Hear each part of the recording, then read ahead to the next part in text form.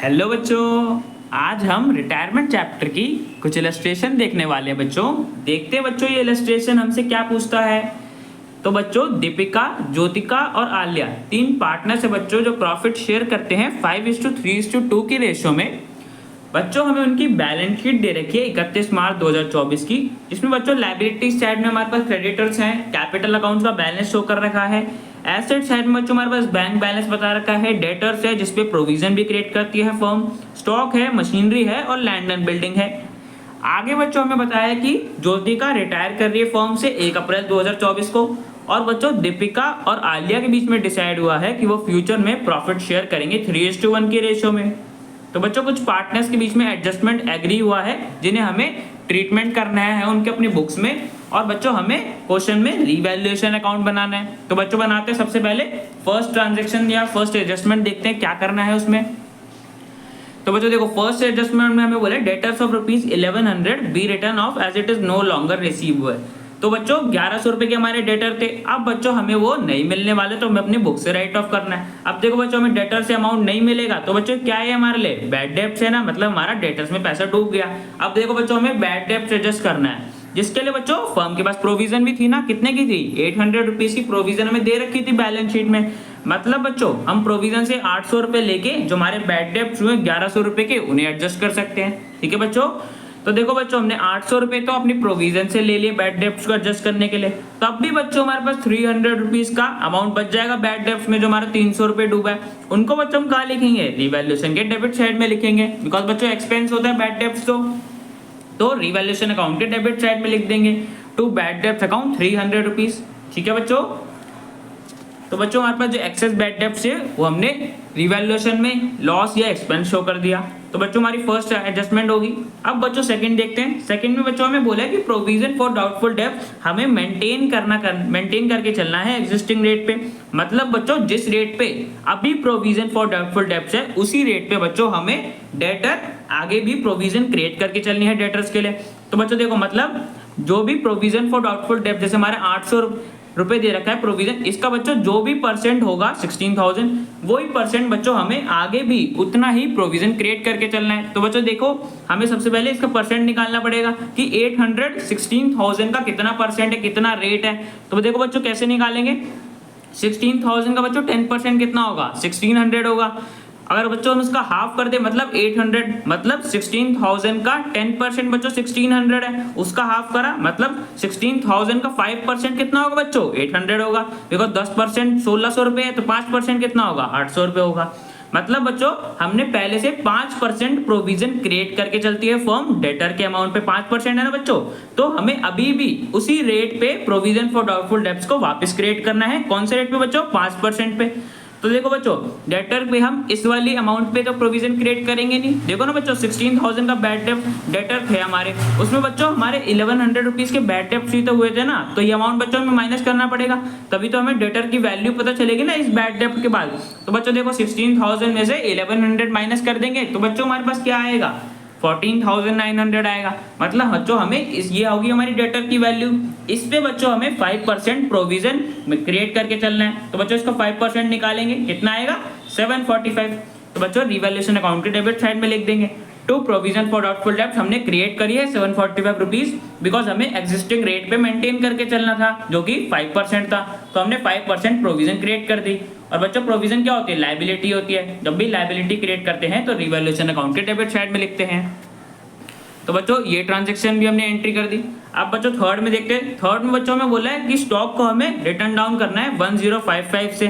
तो बच्चों स्टॉक तो एसेट होता है, जब भी एसेट की वैल्यू कम होती है तो रिवैल्यूएशन अकाउंट के डेबिट साइड में लिखते हैं। तो बच्चों डेबिट साइड में लिख देंगे टू स्टॉक अकाउंट 1055, इतने से स्टॉक की वैल्यू हमने कम कर दी। तो बच्चों इस पार्ट की भी हमने एंट्री कर दी। अब बच्चों फोर्थ पार्ट में देखते हैं। फोर्थ पार्ट में क्या बोला है, फोर्थ पार्ट में बच्चों बोला कि लैंड एंड बिल्डिंग की हमें वैल्यू इंक्रीज करनी है 11,000 रुपीज से, और बच्चों मशीनरी को हमें रिड्यूस करना है 34,000 तक। देखो बच्चों लैंड एंड बिल्डिंग में हमें बाय बोला है तो इसका ध्यान रखना, और मशीनरी में बच्चों हमें 2 बोला है तो इसका और ध्यान रखना।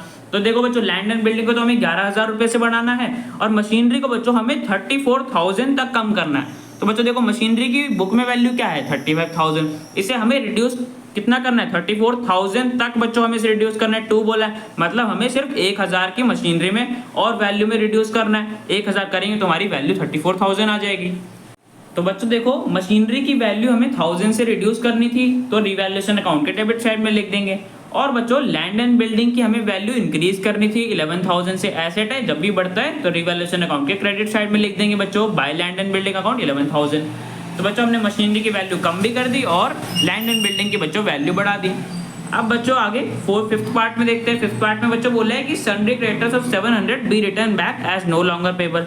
तो बच्चों इस बार ही हमें क्रेडिटर्स को रिटर्न बैक करना है, बिकॉज अब हमें क्रेडिटर्स को पैसा नहीं देना। तो बच्चों देखो क्रेडिटर हमारी क्या होती है, लायबिलिटी होती है। अब बच्चों लायबिलिटी हमें नहीं पे करनी, तो बच्चों ये तो हम रिवैल्यूएशन अकाउंट के क्रेडिट साइड में लिखेंगे, बिकॉज हमारी लायबिलिटी कम होगी ना बच्चों, तो क्रेडिट साइड में लिख देंगे bye sundry creditors account 700 rupees. अब हमें नहीं देने तो लायबिलिटी कम हो गई। ठीक है बच्चों, तो फिफ्थ पार्ट हो गया। अब बच्चों सिक्स पार्ट देखते हैं। सिक्स पार्ट में बच्चों में बोला है कि प्रोविजन हमें 600 का एक क्रिएट करना है रिपेयर के लिए। तो बच्चों प्रोविजन क्या होती है, लायबिलिटी। जब भी लायबिलिटी क्रिएट करते हैं तो रिवैल्यूएशन अकाउंट के डेबिट साइड में लिखते हैं। तो बच्चों डेबिट साइड में लिख देंगे to provision for repairs account 600 rupees की हमने प्रोविजन क्रिएट करी है। तो बच्चों इस पार्ट की भी एंट्री होगी। अब बच्चों सेवंथ पार्ट में देखते हैं। सेवंथ पार्ट में बच्चों में बोला है कि an old computer completely written off was sold for ₹2000 as scrap. तो बच्चों हमारे पास एक और पुराना कंप्यूटर था जिसे हम ऑलरेडी अपनी बुक से राइट ऑफ कर चुके थे, हटा चुके थे। अब बच्चों हमने उसको स्क्रैप में बेच दिया 2000 रुपए का। तो बच्चों ये तुम्हारे लिए इनकम हुई है, तो रिवैल्यूएशन अकाउंट के क्रेडिट साइड में लिख देंगे इनकम है ना बच्चों। तो बाय बैंक अकाउंट हमने ओल्ड कंप्यूटर को सेल कर दिया, 2000 रुपीज हमारा प्रॉफिट या गेन हो गया। तो बच्चों लिख दिया रिवैल्यूएशन अकाउंट के क्रेडिट साइड में। तो बच्चों इस पॉइंट की भी एंट्री कर दी। अगला पॉइंट देखते बच्चों। अगले पॉइंट में बच्चों हमें बोला कि firm had to pay ₹5,000 to an employee injured in an accident. तो बच्चों काम करते वक्त एक एम्प्लॉय को इंजरी हो गई, एक्सीडेंट हो गया जिससे उसे इंजरी हो गई, तो बच्चों फर्म को उसे 5,000 रुपए देने पड़े। अब देखो बच्चों ये क्या है, हमारे लिए एक्सपेंस है। तो एक्सपेंस को तो बच्चों हम रिवैल्यूएशन अकाउंट के डेबिट साइड में लिखते हैं। तो बच्चों डेबिट साइड में लिख देंगे टू बैंक अकाउंट। हमने कंपेंसेशन पे करिया, इंजरी हो गई थी ना बच्चों एम्प्लॉय को, तो उसको कंपेंसेशन कौन देगा, फर्म ही देगी कंपेंसेशन। तो डेबिट साइड में लिख दिया 5,000 रुपीज।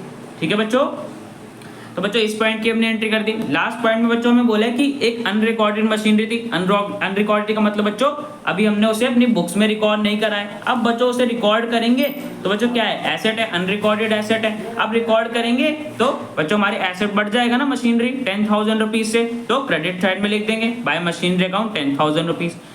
तो बच्चों यहाँ पे हमने सारी एडजस्टमेंट की एंट्री कर दी। अब बच्चों टोटल देख लेते हैं रिवैल्यूएशन अकाउंट का। तो बच्चों हमारे पास क्रेडिट साइड का टोटल ज्यादा आ रहा है 23,700। इसमें से बच्चों डेबिट साइड का माइनस कर देंगे तो हमें पता चल जाएगा कि रिवैल्यूएशन पे कितना प्रॉफिट हुआ है। तो बच्चों हमारे पास रिवैल्यूएशन का 15,000 रुपीज का प्रॉफिट हुआ है। अब बच्चों इस प्रॉफिट को हमें ट्रांसफर भी करना है। कौन से पार्टनर्स के बच्चों बीच में करेंगे, ओल्ड पार्टनर्स के बीच में। तो बच्चों ओल्ड पार्टनर्स हमारे दीपिका, ज्योतिका और आलिया थी, और उनकी रेशो क्या थी 5:3:2। मतलब हम जो रिवैल्यूएशन का प्रॉफिट हुआ है वो बच्चों डिस्ट्रीब्यूट कर देंगे ओल्ड रेशियो में। तो बच्चों देखो इनको इतना अमाउंट मिल जाएगा, दीपिका को 7,500, ज्योतिका को 4,500, आलिया को 3,000। ये अमाउंट बच्चों में इनके कैपिटल अकाउंट में ट्रांसफर कर देंगे। तो बच्चों हमने प्रॉफिट निकाल दिया और रिवैल्यूएशन में डिस्ट्रीब्यूट भी कर दिया। तो बच्चों क्वेश्चन हमारा कंप्लीट हो गया। अब बच्चों मिलते हैं नेक्स्ट वीडियो में।